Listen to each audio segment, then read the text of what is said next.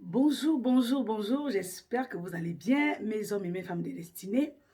Alors, pour ceux et celles qui ne me connaissent pas, je suis coach Gaëlle Ntuntom. Je suis coach en reconversion professionnelle alignée à votre personnalité.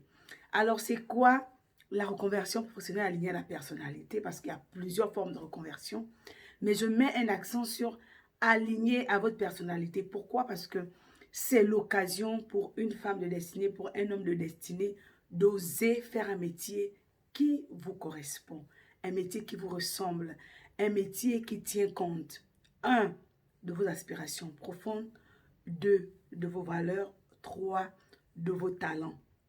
Alors que lorsque vous choisissez de faire un métier à la hâte, souvent, vous vous retrouvez à faire des choses qui ne vous parlent pas et vous ne trouvez pas le plaisir de vous exécuter dans les tâches de votre quotidien.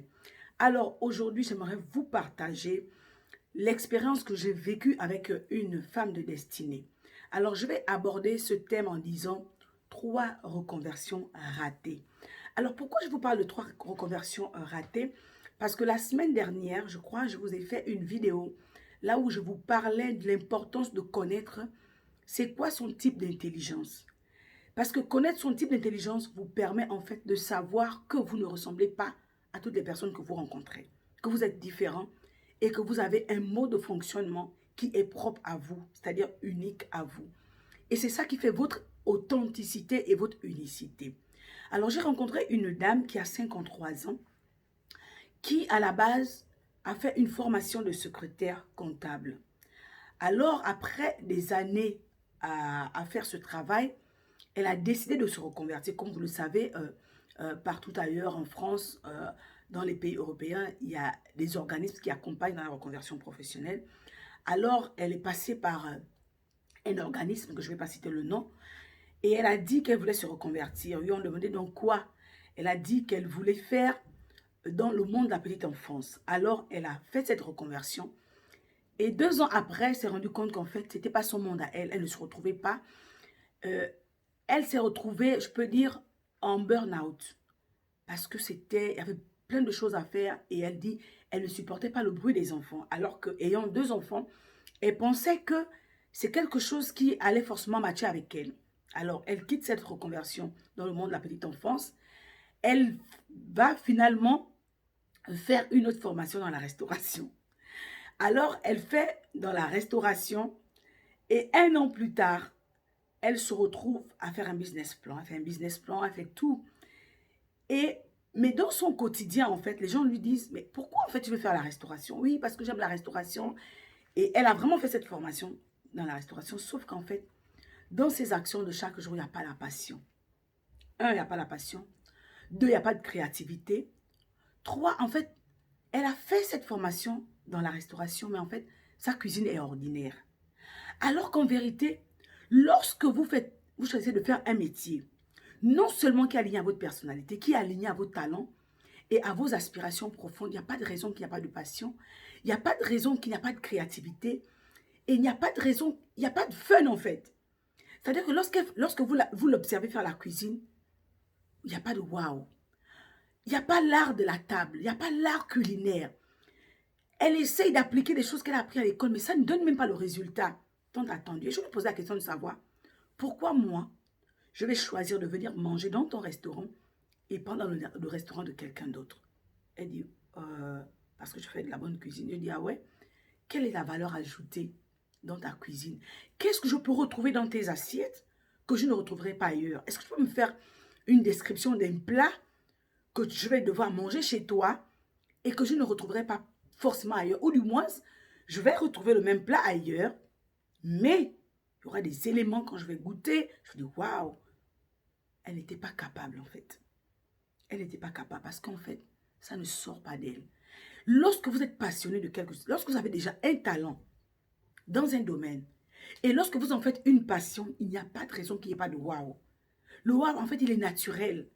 Je voyais souvent ma fille de 9 ans vouloir me faire plaisir le matin à un petit déjeuner. Elle va faire une omelette. Mais lorsque ce qu'elle va mettre dans son omelette, mais tu vas dire, où est-ce que tu as trouvé cette imagination en fait?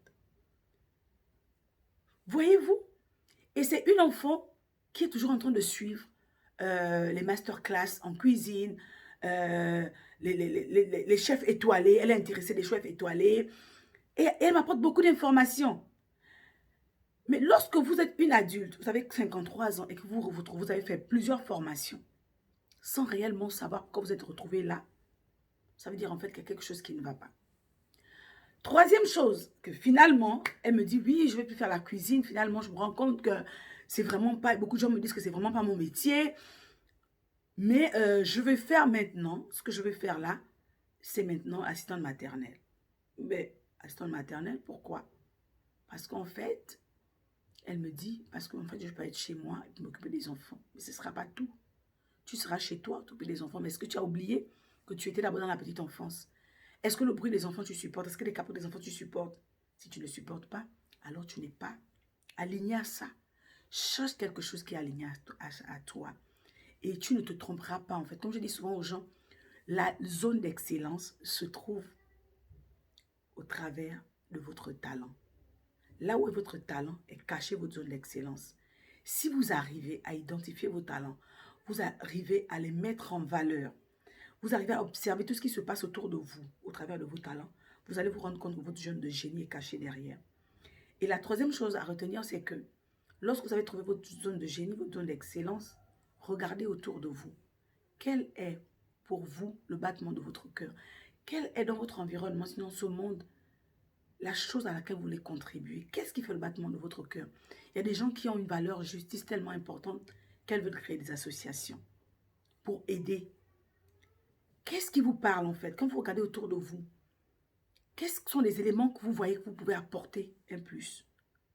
Parce qu'en fait, nous sommes dans ce monde pour contribuer à quelque chose. Et c'est ça qui nous donne le sentiment d'exister et d'apporter de la valeur autour de soi. Ça ne veut pas forcément dire que ce sont des grandes inventions, non. Mais des petites choses qui peuvent changer la vie de quelqu'un, qui peuvent changer le quotidien de quelqu'un, et même ça commence par changer votre quotidien. Alors sur ce, si vous voyez cette vidéo et qu'elle vous parle, n'oubliez surtout pas de vous abonner à cette chaîne, parce que chaque fois, chaque semaine, je vous envoie une petite vidéo qui va certainement vous aider pour ceux et celles qui veulent vraiment aller dans la reconversion professionnelle. Allez, je vous aime et à très bientôt.